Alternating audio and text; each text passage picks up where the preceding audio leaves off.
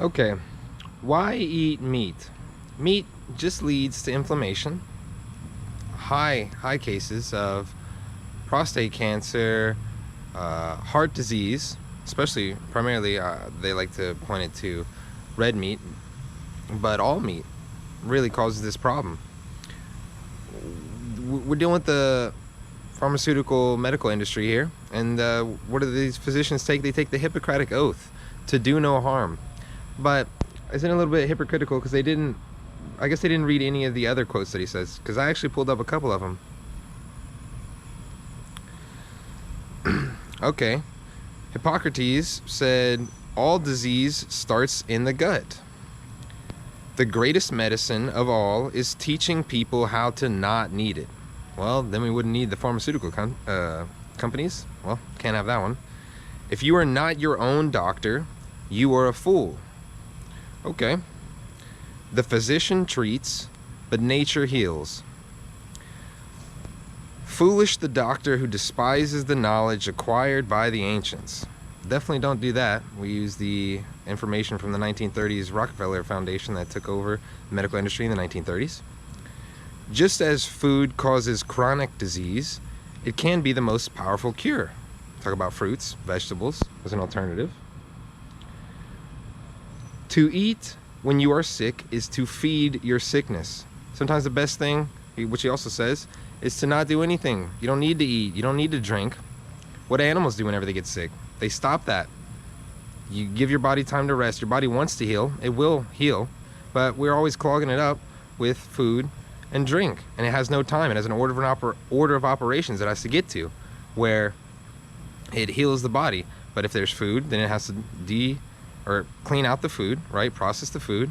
All food to some degree is some form of toxin, even fruit, but at a very minuscule amount, right? Same thing with the drink, all drinks, even water to some degree.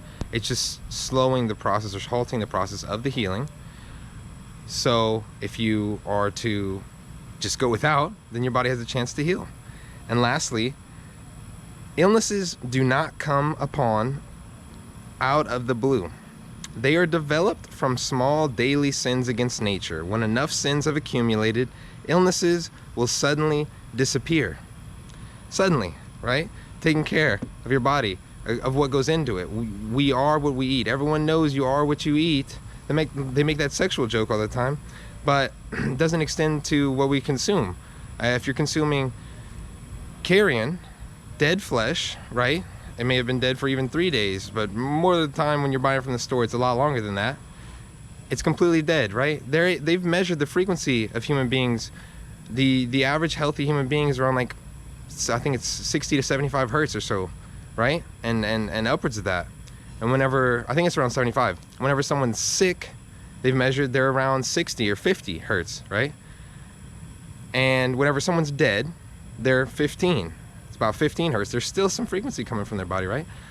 Well, why would you ingest something that has a very low frequency?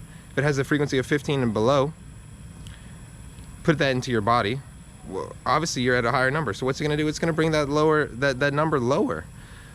That just seems like simple math to me right there, whereas fruits and vegetables are much higher, much higher. So you're only elevating and bringing up your frequency. And as Hippocrates even knew, an ancient, that and I guess he referred to the ancients before him, but he can be referred to as an ancient now, that the foods are what are causing the illness. So it's pretty clear to me that meat is the issue here. And if it were to be just removed from the diet, then you'll see all biomarkers increase. And then you'll make the argument for protein, right? You need protein to survive. Well, that's not necessarily true. I was in the bodybuilding world for a while, and I still work out to this day. There's no reason to stop. But I'm less worried about building size and also size of everything, right? I mean, also food. When you consume more, that's where cancer gets involved, right? Cancer is just an accumulation of cells that you don't want. When you're feeding, you're increasing the amount of cells. So you can stop cancers, all cancers, by not eating so much.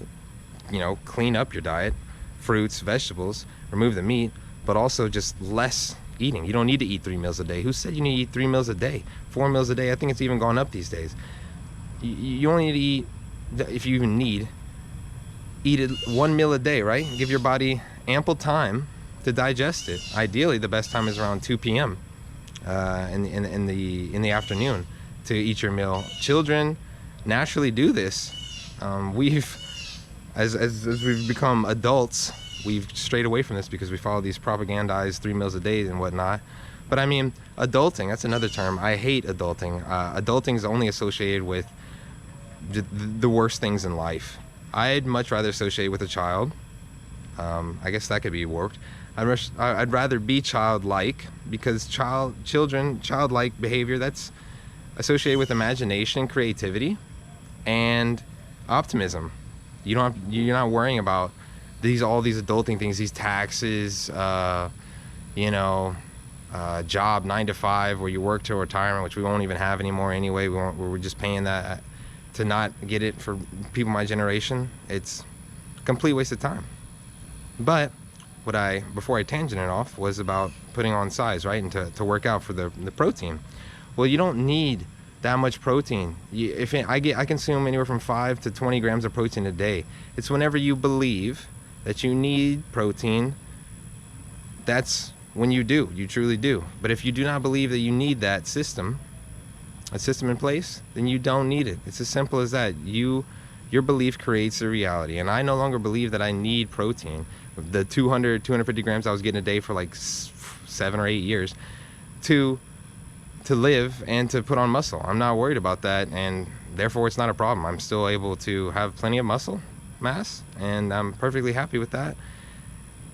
I guess if you are trying to become a hulking mass of meat, a two-sided right there word in this context, then yeah, you would have to eat, but you have to eat so much, and you become this just hulking mass of pretty useless tissue. You have size, but you're not very agile and able to move. And I think flexibility is much more important. That's something I've taken a lot more serious over the past year or two. And flexibility, there's another strength in that. Just being flexible and being able-bodied and agile are very, very useful and also conducive to your health.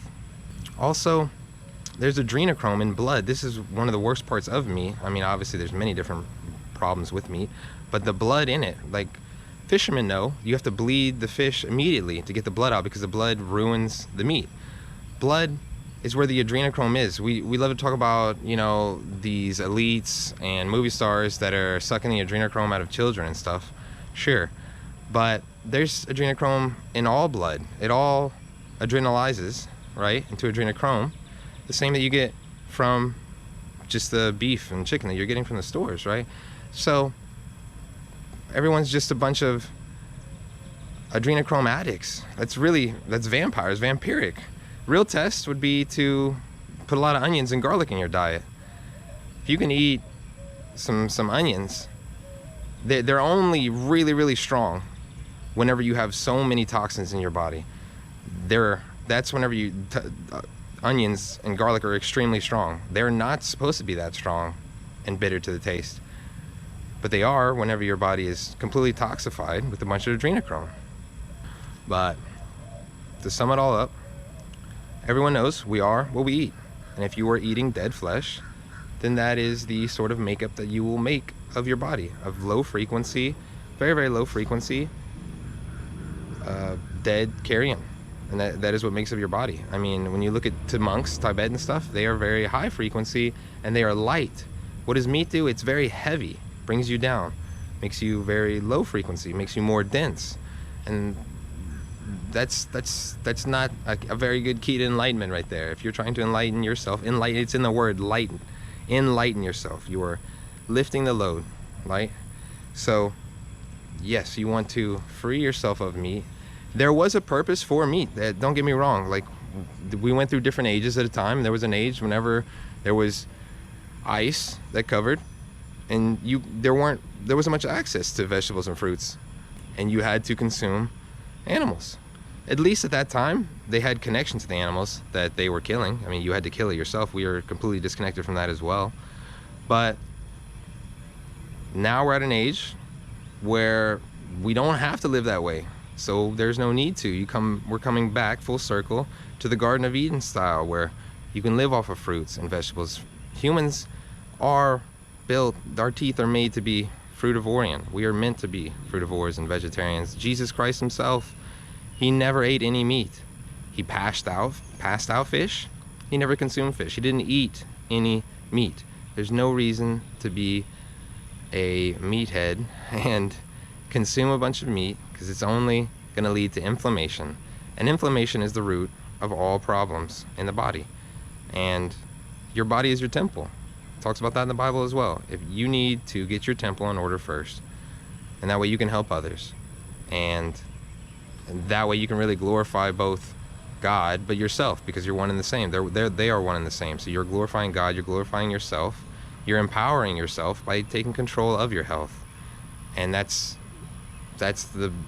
our true power. We have this super healing power by way of fasting built in, and access to really limitless possibilities that we're going to come to see in the future, that are coming full circle. These miracles they talked about in the Bible, they'll be able to come back around once you're more in tune with nature. And we're getting there. We're on that way right now. We're entering the age of Aquarius, which is the age of community, grassroots communities, and they are springing up like crazy. They really are. And it's exciting. It's awesome. And happy to be a part of it too. But that's it. That's it for today.